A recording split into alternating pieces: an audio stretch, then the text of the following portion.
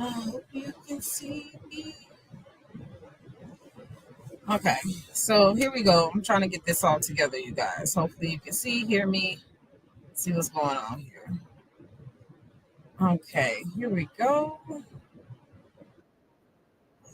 Oh, nope, nope, nope, nope. No, can't do that. Apparently, I have messed up the stream. Let me correct it and I will get right with you.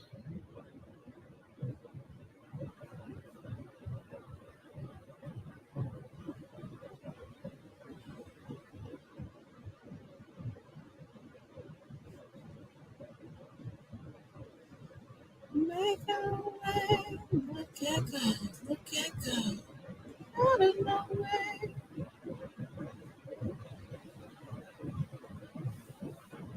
Look at.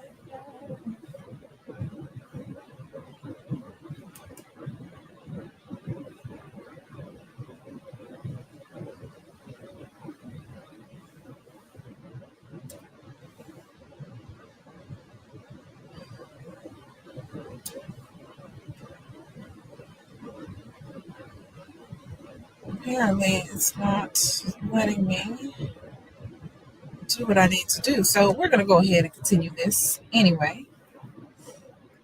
Um,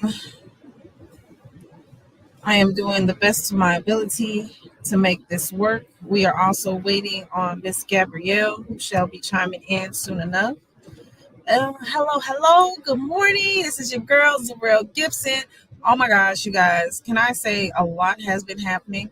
You are absolutely amazing. You guys keep me you keep me where you keep me. Put it that way. You keep me where you keep me. And I appreciate you for that. Okay, there we go.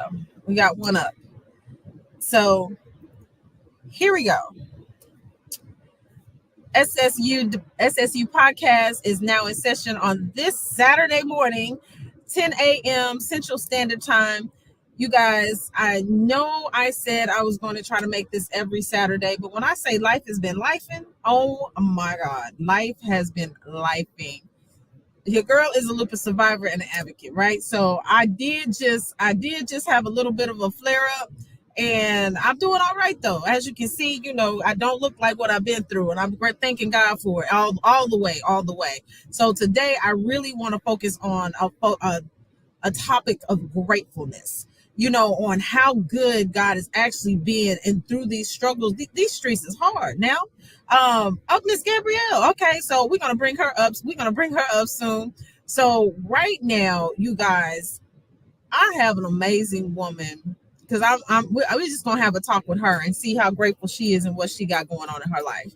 So I'm going to bring up an amazing woman and I'll let her talk about herself a little bit more. But she is a patient advocate, an entrepreneur. She is an all around, she's a mentor. She's a go to, she's gorgeous. Oh my God. Have y'all seen her pictures? This woman is really gorgeous. Talk about not looking like what you've been through. So she makes this thing look like it ain't got nothing on me, which most of us, we make what we do. We wake up in the morning and make it work for us. She make it look good. So without further ado, I'm going to bring up Miss Gabriella. Okay, I got that right. Gabriella. Hello, beautiful. How are Hey, you? I'm well. Good morning. How are you? I'm good. Thank you. Oh my God, look at that neck piece. Okay. I have to I love jazz the it up neck. just a little bit. It's a Saturday morning, so I'm looking, just normal today. So I Just said, normal. let me just step it up a little bit with the necklace. Oh well, you did that, boo. Don't let them tell you. Don't let them tell you nothing. You did that. You did that. Thank you. Thank you. So, before we get started, give us a little bit of your background as a lupus advocate and a patient of, when did you get diagnosed? Let's start there. Sure. So I will give you the brief version because I could tell, I'm sure, as you know, we could talk all day about our All diagnosis day. story and all the things that we've been through. But so really crazy, honestly. I was diagnosed just a little bit into my marriage. Me and my husband got married in November of 2008, and before you know it, lupus had come into the picture in February of 2009.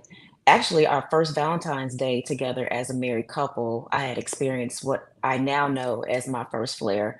Was in the hospital for about 4 days. They couldn't tell me anything except that my white blood count was out of whack and I was severely dehydrated, and had all the symptoms of the flare.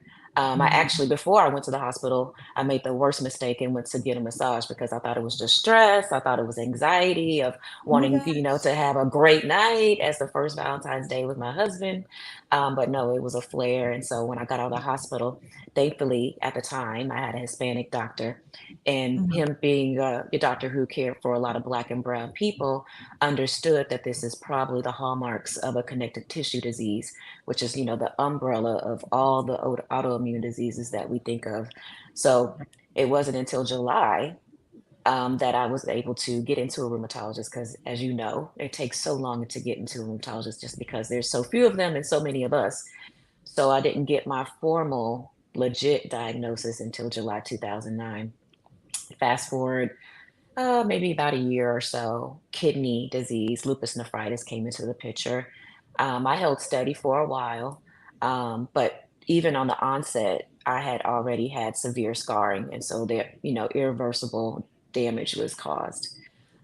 And so, got on my medicines. They wanted to actually try me on rituximab, which I believe was a treatment for cancer patients, but it wouldn't have done me any good just because they discovered that I already had that severe scarring. So I held steady for a couple of years, was exercising, doing all the things that I do now, but it just wasn't helping. And so I finally relented to dialysis. One thing about me, I'm gonna try everything I need to do. I tried all the diets, all the things that people said could help, and it just didn't work for me. Not to say that it couldn't work for anybody else, but in my case, it just didn't work for me. And I knew that I eventually had to make a life and death decision and choosing life, and going on dialysis. So I went on dialysis, I think it was November of 2016. So let me And ask you right yeah, there, because sure. I know you have one kid or two. One. One kid. Was that Mhm. before dialysis or after? No, so that's a whole nother miracle in itself. I'm so glad I'm here today because we're talking about being undefeated in your journey. And AJ, my son AJ, Antoine Lamar Davis Jr. is named after his dad, is the product of surrogacy, which is a whole nother Mm. avenue that not a lot of people think that they can take to have a family. And that's, you know, on its face, you don't think that my journey is good or a good testament of God's goodness, but it actually is because God went out of his way so that I could have a family. It wasn't the traditional route, but a lot of things have to come together for us to have a family. So AJ came into the picture while I was on dialysis in 2019. Me having severe scarring in my kidneys, I was not able to conceive. In fact, lupus had already kind of ravaged my reproductive system. So I didn't, and I'm just going to be real honest, I didn't have any eggs to give to conceive. And even if I did have eggs to conceive, the likelihood of me carrying to term without me going through any health challenges and my child going through any health challenges were, it was just too high a risk. And my husband and I, and we sure did go to the Center for Reproductive Medicine. We did all those things that anybody who was high risk would go to see what our chances were. And, we pushed for it. It just wasn't in the cards for us. But that didn't mean that we gave up on our family. It just means that we went a different way. So, yeah. That in itself says a lot to me. Mind you, I don't have any kids yet. Mm-hmm. But again, I'm not married either, but Mm-hmm. I didn't look at it as not being able to have kids. I just said I never wanted a latchkey kid. I didn't want to have a kid out of wedlock. So that was my Mm-hmm. reasoning for not having kids up till now. But Mm-hmm. it's something that's really been weighing on me lately and thinking about it in the journey. And it was like, I really would love to have I absolutely got nieces, nephews, goddaughters, Mm-hmm. Mm-hmm. godsons, all of this to the point where they starting to have kids. And Mm-hmm. you does take a back and look at you like, dang, did I miss it? Mhm. and with all that Mhm. your body is going through, God, what did I do wrong? Have you ever had that question? What did I do Oh, wrong? yeah. Um, I've had a question of, well, I carried a lot of guilt just because my husband and I had a picture of what marriage would look like, what a family would look like. We were 26 and 27 when we got married, and we didn't want to rush and have kids right away just because we wanted to enjoy each other, right? And sometimes we look back on the decision and say, did we make the right decision or not? And then also just bringing lupus, not that I brought it there, but those feelings of shame and guilt of, the burden that now we both have to carry because it's not just me, he's impacted by it too. And those years on dialysis, and especially bringing AJ into the picture in 2019 was really hard. You know what I mean? Just everyday life, So, yeah, there are definitely questions of why life was such a hard road for me. You know what I mean? Like, not so much what did I do, but why, and I don't even want to use the word chosen because I don't know if I believe in that either. I think life is just the life and God can shine through that life whether you choose to let him do that or not. But there are definitely times that I broke down in tears, where the weight of what I was facing, which this is not an exaggeration of life and death. I think we both know people who have gone on to be with the Lord, and then just that the smack dab of reality hitting you in your face of, could that be me? You know what I mean? And Right. and I'm a big advocate of therapy. So I do believe that Jesus and therapy can go hand in hand. And Amen. I've been in Amen. right? And I've been in therapy since 2013. And I had to ask my therapist, talk to her about these things, especially in the beginning, because there was someone, I think her name was Dominique, and I think she was well known by the community. And I saw her story, and she had lupus nephritis and had passed away. And I was afraid, just being new in the diagnosis. And she told me, that's not your story. That's That's not not your your story. story. Yeah. I love it. There's and people don't realize how much we need to hear certain things Mm-hmm. like that. Mm-hmm. Because when you see something or someone, fear is a very strong factor. And then it Absolutely. overtakes your mindset Mm-hmm. of you lose all consciousness of any other thought Mm-hmm. until somebody Mm-hmm. brings it to you, be like, hey, that ain't got to be you. No. Mm-hmm. You make, Yep. like you said, it's a choice. You choose to allow God to Mm-hmm. use you as a That's right. light of Absolutely. what you're going through. you Mm-hmm. know um I personally like to think of it as, when I ask God, why did I have to go through all of what I've been through on this Mm-hmm. journey, and the only answer I could ever hear is, because I trust you. Mm-hmm. And I was like, well, we didn't have this conversation. you know You we didn't. you didn't run it by me. Right, we didn't have this conversation.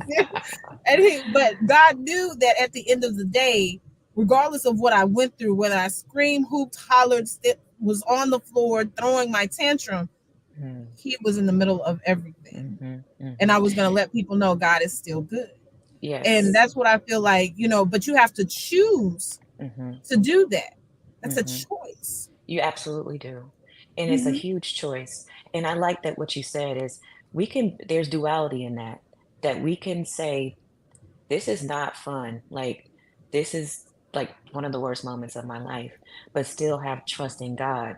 Because, that reminds me of David, of all the things that he was going through, right? Like fighting, for his very life in his journey to be the king, right? It did not look like what it was supposed to look like. And Right. there all through the Psalms, he was talking about, God, what's going on, yet and still, I trust you. So there was the trust, that honesty. God loves Hmm. honesty, but also, okay, I'm still holding on. Like the disciples said, Lord, look, what are we gonna do? Yeah, it just, What are we you going throw to your do hands up. if we leave you? What's the possibility? And that's what I had to choose, because it seems like, okay, so I'm already experiencing the worst moments in my life. What's gonna happen if I leave you? What's the upside of that? There's no upside to me of letting go of the trust I have in God. Yeah. That's what's getting me through is hope. You know what I mean? I had to choose Yeah. that. Yeah. Hope, that hope factor. Hope and faith. Mhm. You're holding on with hope and faith. Mhm. And making the best out of your life Yeah. is what is your choice. It's basically your choice. Today, I woke up.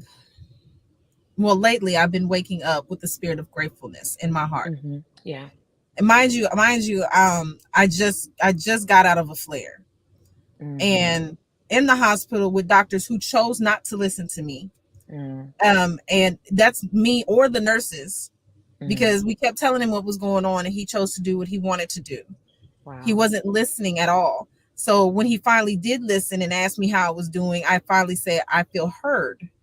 And he's like, oh well, that you can take that so many different ways, Right. Mhm. you know Mhm. and but at the end of the day, I can still thank God.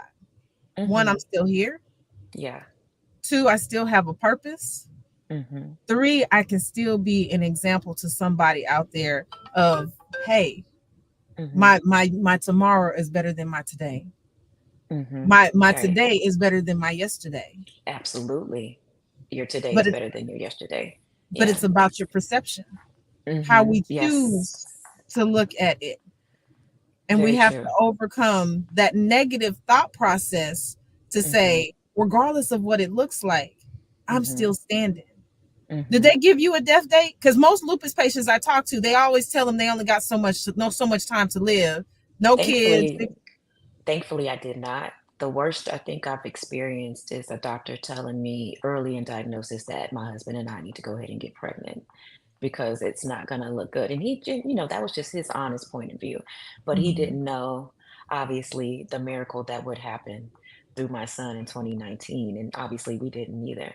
But we're just not willing to jump in and do something just to be doing it. We know we were not prepared to have a child financially or, quite frankly, emotionally, to be able to care for a person. So, no, I did not get a death sentence, thankfully.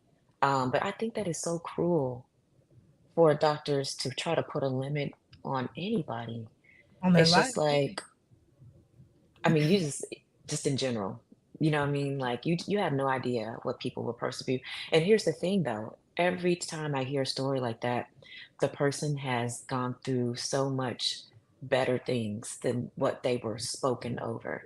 I was just read a social media post from a friend who is a lupus warrior. Her name is Dina Thatchett, and she was given 5, and she's going on year 30, and it's just like with a child, Really.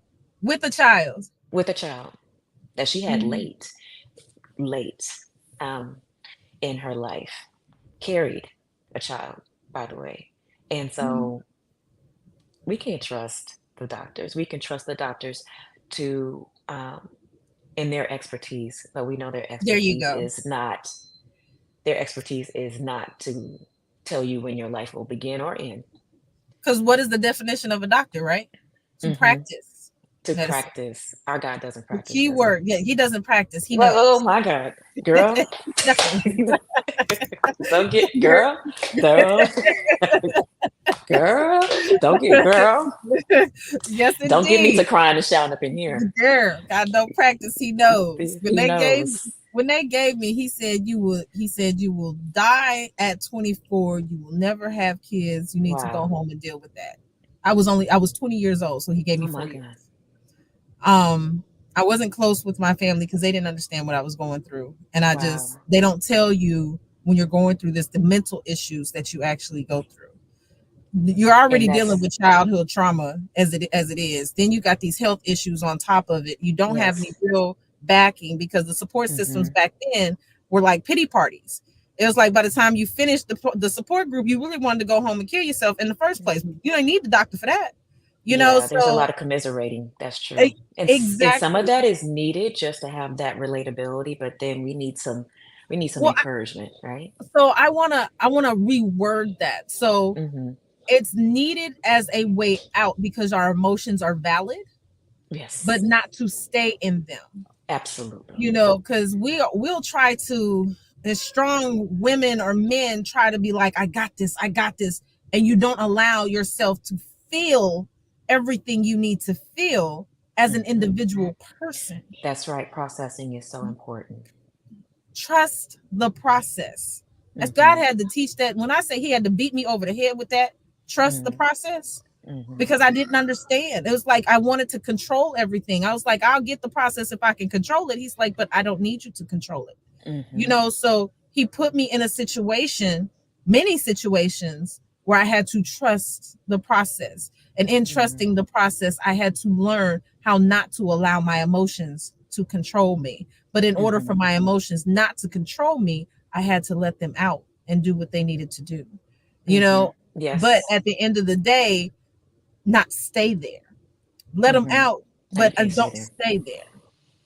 Mhm. It's, I mean, how do you not wake up in gratefulness when you look back on your life, on all the things that you've been through, to tell Mhm. somebody, baby, I look good for what I've been through. You know, Absolutely. I look good. There's so many people. You look absolutely freaking amazing for what Thank you've been you. through. You know, Ye I I know. wait. I have to look at pictures and just be like, "Wow." You don't know. First off, I'm thankful. We don't usually say we're thankful for blindness, but to that, I'm thankful. My husband Mhm, gassed me up, not to say he didn't think I was gorgeous. I believe him at his word, but I was blind to the fact, I think, of how sick I was. You don't know how things are going, and I'm thankful that God shielded me from that, and I was just pushing, I was mhm, just chugging, I was just you mhm. don't know how things really are until you're out of it, Yeah. until you can look back and just like, "Dang." I mean, I still think that there's just swaths of time that I don't even remember, just Hmm. thinking about how hard it was to care for an infant, to be on dialysis, and I don't know if you know anything about dialysis, but you gotta be on schedule. Like, things have to be by the clock, and as you know, and just dealing with your nieces and nephews and children in your life, they do not go by any kind of clock. They go None. by their own clock, and so that was really hard trying to figure all of that out as far as how that was gonna go. So, no, we definitely don't look like what we've been through at all.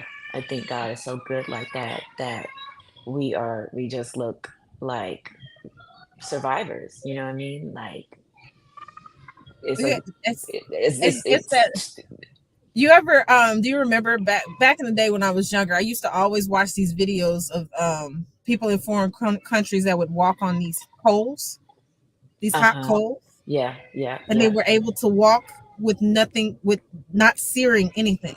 Uh-huh, They didn't uh-huh. burn, they didn't get burnt anything. And I was like, Mhm, how do people do that? mhm, mhm. How do you actually walk on hot coals and do that? God had brought me to he brought me to the realization of my own life. Baby, you've been walking on coals for a minute. How you still Mhm. look like you look?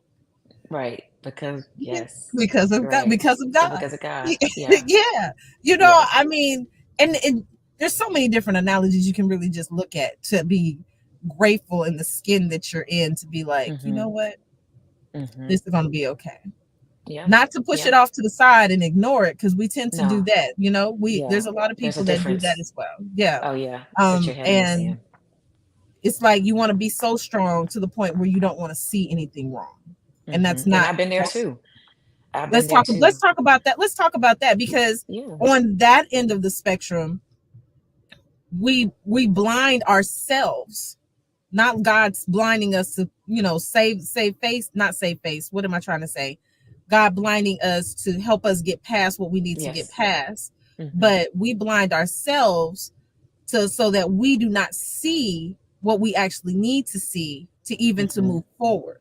mhm. Because there's a light at the end of the tunnel, but if you can't see the light, how do you get out of the tunnel if your eyes are Right, closed? right. And we like to, and that's a way of holding in your emotions Mhm, and not and dealing with those emotions. mhm. But tell me what you think on that one. Well, that was my MO. That was my childhood of you know, my parents, they provided everything. They loved me, but there was some emotional things I feel like I could have gotten more of. And so, them, growing up the way they grew up, we don't know what we don't know, right? Mhm. And so to me, that translated that emotions that weren't happy, good, hopeful, you know, weren't welcome. You know what I mean? Like it just was something that wasn't shown a lot, especially. So based off of that, and sorry to interrupt, but based No, off of it's that, okay. even one comment, Hmm. do you think a lot of us within our culture are raised that way because of what has happened to us and where we've come from and what they dealt with and what they learned how to mask in order to get by?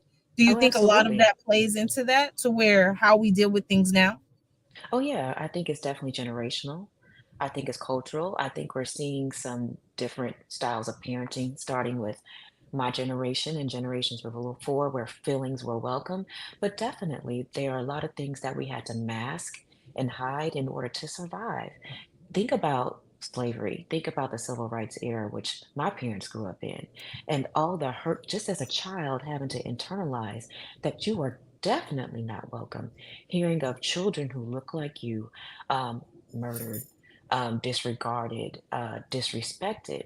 There's a lot of things that you have to be able to deal with and put on your poker face. And so you're not able to navigate those spaces and then move into your personal life and all of a sudden be able to say, I got feelings now, let's talk about those things. And so definitely that was carried over.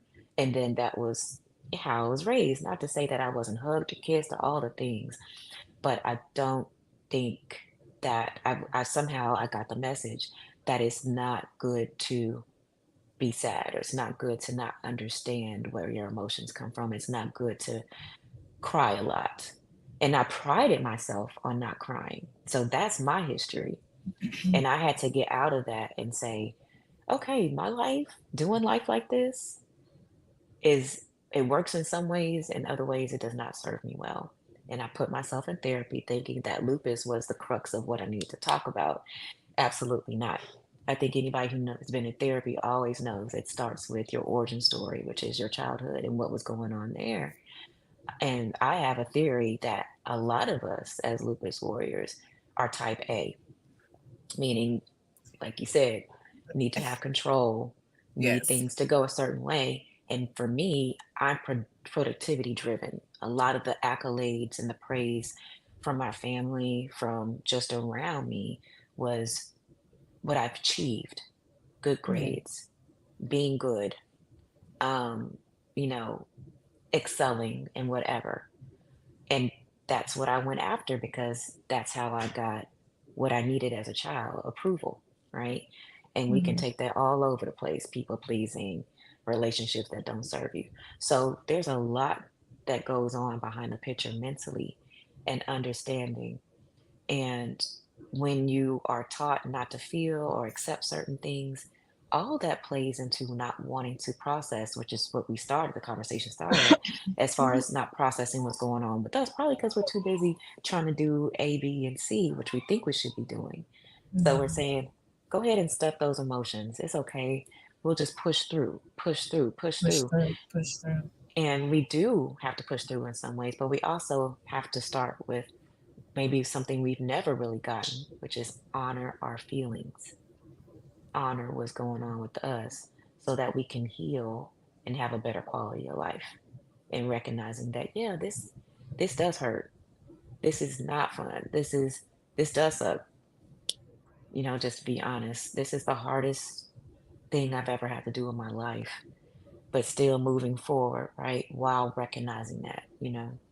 Right. So, So, I mean, this is a really good conversation today, and I appreciate you hmm, coming yeah, it on. is. So, at this point, I want you to let's.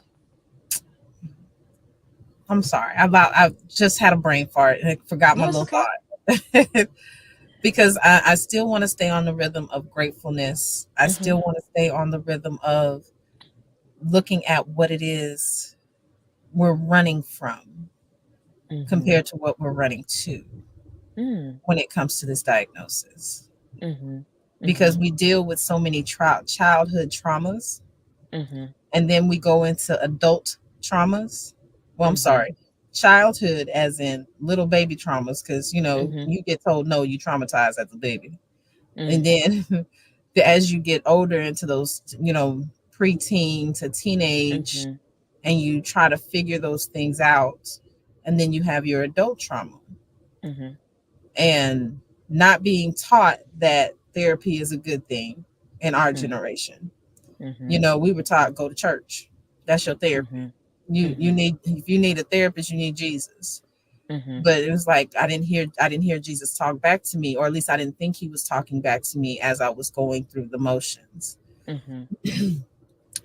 The need of having a person connect to you and your situation and what you're going through as Mhm. you go through this journey.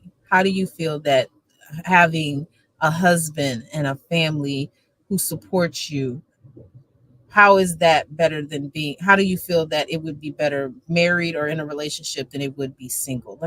Let's ask that question to you in your personal Mhm. opinion.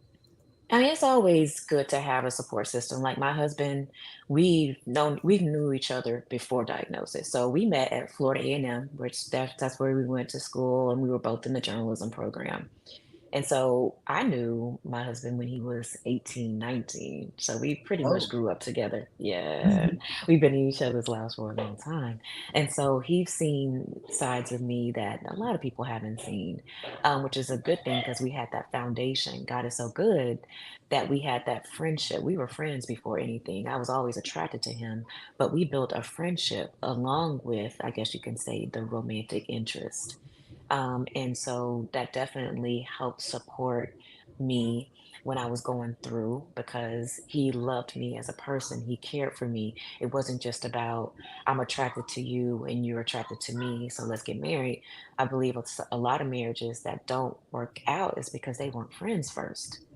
They didn't have a relationship going in. Sometimes going into adulthood, we look at, okay, you know how to make a living for yourself, so you'll be a good provider for a family. We do look at the faith aspect for some of us who that's important, but I really think that we forget that connectedness as really, can we honor vows? Because me and my husband, we honored our vows as far as sickness and health right away. You know what I mean? And we don't Mhm. think about that when we say, I'll be there for you in sickness and health and rich or poor, not understanding it's a good idea until we have to actually walk those Do it. things out, right? Mhm. And it tested us so much. Um, and we had to really, one, we were in therapy for a while, just for a hot minute to talk about some things. And also just to know that I'm not lupus, I'm still your wife, right? I'm still your friend, and happen to be able to see past that. As far as my family, um, there are some who got it and some who didn't. Just like with you, family is not a guarantee of, I'm gonna be there for you because you're my XYZ. It still takes that time to be intentional about, okay, what are you going through? Those questions, you know what I mean? And so some family were really supportive, and some decided that they would support me in other ways. And maybe it wasn't as deep or as I would have liked, you know what I mean? But it was support none the same. So, as far as being connected in with a partner in marriage and family, I would say, yes, great. But I do want to not discount the community aspect because community comes in very various ways, right? You may Mhm. not have someone living with you, seeing you every day, but when I tell you the lupus community is the best community out there, bar none, I don't care who says what. The the connection to some of my lupus sisters and brothers is sometimes better than the relations that you have with, you know, um, people who do support you just because there's that there's no need for translation. You know what I mean? I can tell you I'm tired and you understand that I'm not going to just take a nap and I'm going to be okay. You know what I'm saying? There's not a lot of education needed. It's a true connection because unfortunately we're coming together through this thing that we're all going through. So it's kind of like you're locking arms with your brothers and sisters, encouraging each other to keep going, because you're in it with them. So there's no support, I say, like people who are in the fight with you. My husband can stand with me, my family can stand with me, and I so appreciate it and it's needed. But also, I have a community that has my back that I can call on at any moment, you know what I mean? And that will check on me and I will check on them, you know? So I get it. There is a difference between, being single, not having that immediate family or partner. Um, there's something to be said about that kind of support. But I don't want to discount the support that you can get from a community that you are intentional in growing, right? So you do have to put yourself out there. But there are people who I can name who I'm really close with that know all the things that I'm going through. You know what I mean? That I feel Mhm. safe with. That I feel safe with. The safe place, yeah. Mm-hmm. So to our introverts who don't like people, Yes. because usually when you get sick, you don't want people to see the worst part of you, and you Mm-hmm. retreat into your own self, which Mm-hmm. I And I say can is relate to that okay. too. Mm-hmm. I can totally say it's okay. How would you speak to the introverts to get out and to speak to the community as you said? So let me Mm-hmm. before you say that, I wanted to have this one thought. I it made me laugh when you were talking about it. Family, some got it and some didn't. Mm-hmm. I believe family is your first roller coaster of how to deal with life. Mm-hmm. Absolutely. You treat them like everyday people because one, they Mm-hmm. got their own personalities to deal with stuff, their own Mm-hmm. Mm-hmm. personalities, their own things to deal with stuff. Mm-hmm. You got that one cousin that's down for you no matter what, and then you Mm-hmm. got the other cousin like, baby, please don't talk to me. we can be Mm-hmm. cordial, I love you, Mm-hmm. but we know who we are. It's Mm-hmm. just it is. Mm-hmm. And I believe family actually teaches you how to Mm-hmm. deal with people in true life, and Mm-hmm. that's the families that we get born into, Mm-hmm. because your family is your first little world for That's true. everything. They teach you a lot um of things. Mhm. Above and beyond. It's Yeah. like I didn't ask for it, but yeah. Mhm. But I just wanted to say that piece. But going back to our introverts who, I don't want Mhm. anybody to see my bad side. You don't have to show. It's not everybody's business to see your bad No, it's side. not. It's not. Mhm. No. But There's some things, and I still have to. So there's nothing wrong with taking space. I think sometimes, and I think again, we're growing out of this. I think introverts are having their moment, especially during the pandemic, because our extrovert friends were going crazy. crazy. And what Yes. I call myself, I am a social introvert, meaning I can talk to you. I love connections like this. I love intimate connections. Group settings, I can do it, but it's not my number one choice. So, introverts, as far as relationally, I do think that there's a time where they're able to open up on relationships in exchanges like this. But to find community, you have to be able to see outside of yourself and see the benefit. It takes a shifting of I want to stay to myself. I want to hide, because that's the downside of being an introvert, of Mhm. not just taking the time to collect yourself. There's nothing wrong with that and to recharge, but there's two sides to the coin of any person. So I can take the time to recharge myself and to, make sure I have the energy to show up the way I need to show up, and then I can isolate myself, which is not healthy. And I've often been in the isolation stage of not wanting people to see me, not so much me needing to recharge. It's a shame of not wanting to be seen because I'm not in my high moment. So I was the type of person that felt like I had to be on, I had to be in a certain space, I had to be positive, I had to be full of joy and encouragement, which is often the role I play in people's lives as being the trusted one, the one that has the advice, the one that is dependable. When I don't feel I'm dependable, when I feel a little shifty, when I'm not confident in myself, when I maybe had a bad day or I've learned some news that I don't want to hear and I feel like I need to retreat, oftentimes it is not a good, I'm better now, but a lot of times back then, it was because I didn't feel worthy of being seen because I didn't have that bright light on. Right. So when introverts get in that space, I would say you need to find some people that you feel safe with, that you can be dark with, that you can be authentic with, and they see all the sides of you. You don't have to necessarily be the one who's on and is going to be the one who you can that can be entrusted with all the things. Especially as Black women, we play that role. That's a whole nother that's a That's a whole whole nother, nother yeah, the whole conversation. nother topic for another day. So, because you have to have some boundaries, but we have to have it don't have to have be a lot of people. So when we talk about community, community looks like so many things to so many people. Mhm. Extroverts may have 100 people that they can call on to be that. I have a chosen few who I can be my total 100% self with, and they don't change their view of me, or it doesn't put a dent in my armor because I have a thought that they didn't think I would have. You know what I mean? So for introverts, I would say just see people who have your same thought process. See people who you can relate to, especially on social media, and then get to know them. My therapist said you need to take time to observe people before you start calling people your friend. And that's something Yeah, that I had to learn as well, because just because we have something boundaries. in common doesn't mean you're going to be a good friend. It Yeah. means we have something in common. So I don't know how you would treat my heart. I look now, how do you deal with me? How do you care for me? Right. And also vice versa. How do I care for you? That's friendship to me. It's not about what we got in common anymore.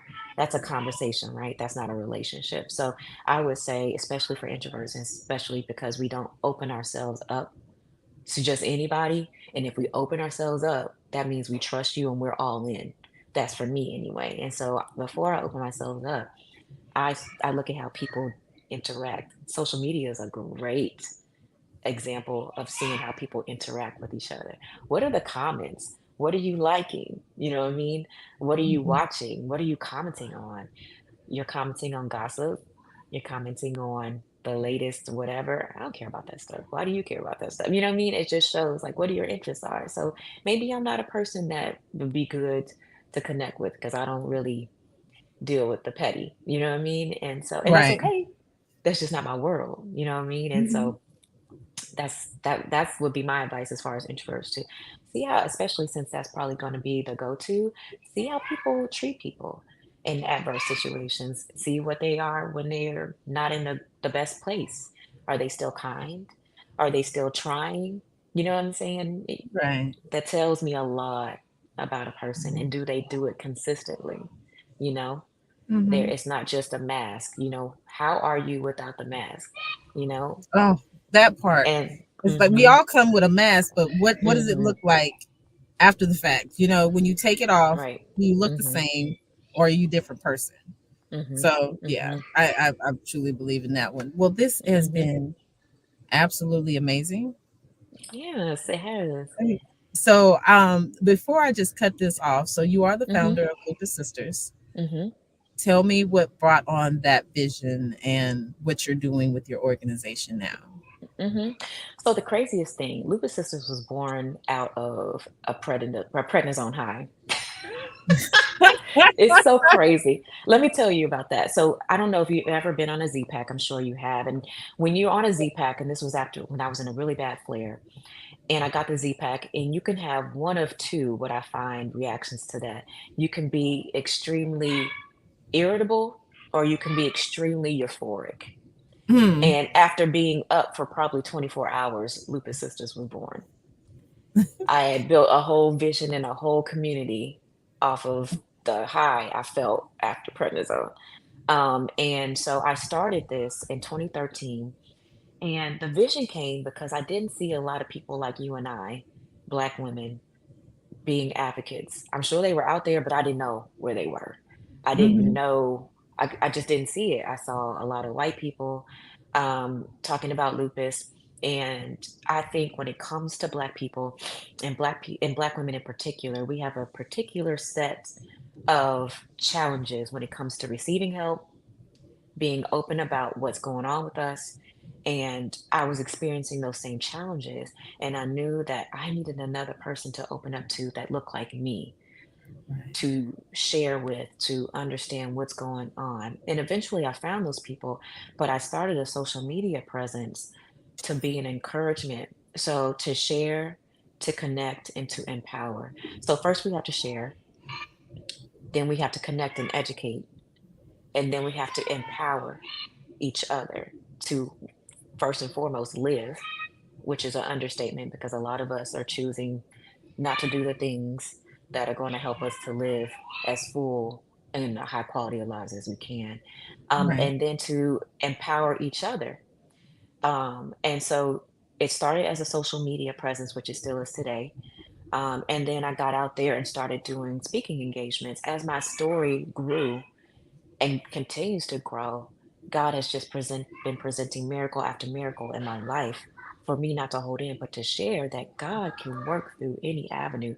I tell my friends and a lot of lupus warrior friends, I feel like a pioneer in a lot of things because, I have that kidney disease, which a lot of us do have, and being on dialysis, then getting my transplant in 2021, and in the midst of all of that, having a child through surrogacy in 2019, and then the way my kidney transplant came, I missed the call, and God was so good that He held that kidney for me, Hmm. and just the way I'm showing up now, it's an amazing story to tell, and I'm so grateful. We're going back to gratefulness. I'm so grateful. It's my story. We all have a story to tell, and we Yes. all have hope in our story because we're still here. Yes. And so Lupus Sister is just an avenue for us all to share our stories, empower each other with our stories, and then educate the general public on our stories. So now I'm moving into a place of health equity and just talking about the practical things that need to happen for all lupus warriors and lupus patients to have a high quality of life. There are just certain things that are not being considered only not only in the marketing, but in the practical ways of testing, the practical ways of having access to care, in emergency rooms, hospitals, doctors' visits, which we still experience to this day. Mm-hmm. So there's so much work for us all to be done. And I'm just so proud of the work you're doing and a lot of other lupus warriors are doing. And so that's the vision. And I continue to act that out just in my everyday life. So it's not just the things I do, like doing these, podcasts and all these things with you and other people, and being able, which is such an amazing experience and opportunity to speak at these different cities. It's the everyday life of how we're living and how we show up is how we advocate as well. So Definitely. it's all of Yeah. those things. Oh, girl, you are. Can I say living the dream? It's still. I mean, to a sense, it's like a dream. Because did you ever think you would get to this point, No, go and around this path, or do this? no, absolutely not. Obviously, we don't write the story. God writes the story. And it's But we it's have crazy to me. dreams. Yeah, we have dreams, but this was never my dream. You know what I mean? The dream was to be, when lupus came to the picture, you had these ideas of what it looks to be well. And my rheumatologist said, when you open your eyes, and even my rheumatologist spoke life, thankfully. When you open your eyes after this transplant, it will feel like a light bulb came on. And it felt like a light bulb came on. Um, and I was living in the light, but I'm definitely living in this light. And I'm unapologetic about it. Um, because I wasn't able to run. I wasn't able to exercise the way I wanted to. I wasn't able to show up. And so I tell anybody I do the most when I work out. I'm sure you see my pictures. I wear lipstick every day Yes, because I fabulous at can. all times of Because day. because because why not? You're right. Why not? Why not? You know what I mean? Yes. And so yeah, I'm living the dream, and I can say feeling confident, showing up the way I want to, having the Mhm. energy that I want to, having the energy to run around with my boy who has the most energy in the world. He wakes up ready. Okay, we ready. On 10 So at all times. yes, so now the challenge for me is making sure I match his energy and match his level. So yeah, I'm living the dream as far as being healthy and able to do the things I want to do and that I'm called to do, Someone made for a sure. comment, said you were living in the light. However, now you're shining in the light. Oh. Yes. I'm Amazing. able to shine. I'm able to shine brighter. And I don't Yeah. want to take that, I don't want to take that for granted. One thing I think we all as advocates have to remember is that we are not the mission. I think a lot of times we put so much pressure on ourselves. I know I can, to encourage Mhm. and do the things that we can, but the mission is God's, his that's his responsibility. Our responsibility is to carry it out how God has called us to. Right. And to remember that it's not about us. It's Mhm. about the mission for us all to be better and to have a better quality of life and to encourage people to just basically live and live the best you can. That's If it. I could, Live and live the if best you it, can yeah, because if you I are can here to empower live it you, at its fullest. absolutely. Hmm. Hmm. We need you here. And everybody has a place, everybody has a journey, and everybody has an assignment on what they are supposed to be doing. And this is mine, you know? Amen, amen, and amen. You Hmm. inspire me all the time. I love watching you and your stories. I was Oh, like, thank you, I'm dear. gonna be like her when I grow up. Girl, how you you how doing you it. be You doing how you it. be in that gym though, girl? I'll be like, Lord, Listen, take the and wheel, now, Jesus. girl, listen, if I don't take the time for myself, I'm gonna be a better woman. And it's my time. It's my time. I guarantee time in the day, and I have to take it. If I don't take advantage of it, it's not gonna be good for anybody. You're right. So, Just like God said, love yourself. Love hmm, yourself like you. self, Say yes. how does he say it? I think it says Love love others your like you love just like you yourself. love That's yourself. what. Love Yes. others So like you love yourself. So he's not telling us not to love ourselves. He's he's saying not at match that all. same energy and take that love. Don't keep it to yourself. Don't keep it to Don't keep it to yourself. yourself. Yeah. Absolutely correct. Hmm. Well, I want to say thank you, ma'am. Thank Thank you. you. I would love to have you on again sometime. I hope you have time for us. We'll Um, see. Girl, these Saturdays are girl. Saturdays are girl, crazy. But girl, they get that way, girl. They get that way. yes, they do. You see my background. We making it Yes. work. We making it work. Yes. But again, thank you 1,000 times. Thank you from all the audience on all the platforms. I'm noticing some of the messages that just keep coming in. Uh-huh. Thank you for tuning in. You guys are absolutely amazing for staying tuned with us, watching with us, and just empowering us being here. And you, Gabrielle, empowering us with your story and that beautiful baby in the background. So Yes. he You wants hear that him, yes? time. Yes, it's his Girl. time. He said, "You got your time. It's my time now." Yes, we gonna let him have Let this me, time. yes, I'm gonna see what's going on out there. Evidently. So, well, thank you again. I'm getting thank yous through the lot through all the feeds. So I just want to say thank you again. You have a Thank you. beautiful and blessed Saturday. And You for all of too. you, her information will be in the links below. So just go and follow her, Gabrielle, founder of the Yes. Loop Assistant. Follow both pages, personal and professional, Yes, and please. see what she's up to and what she's doing next. All Until right. next time, Bye, mwah, y'all. Thanks, lesson. guys. Bye Bye. bye.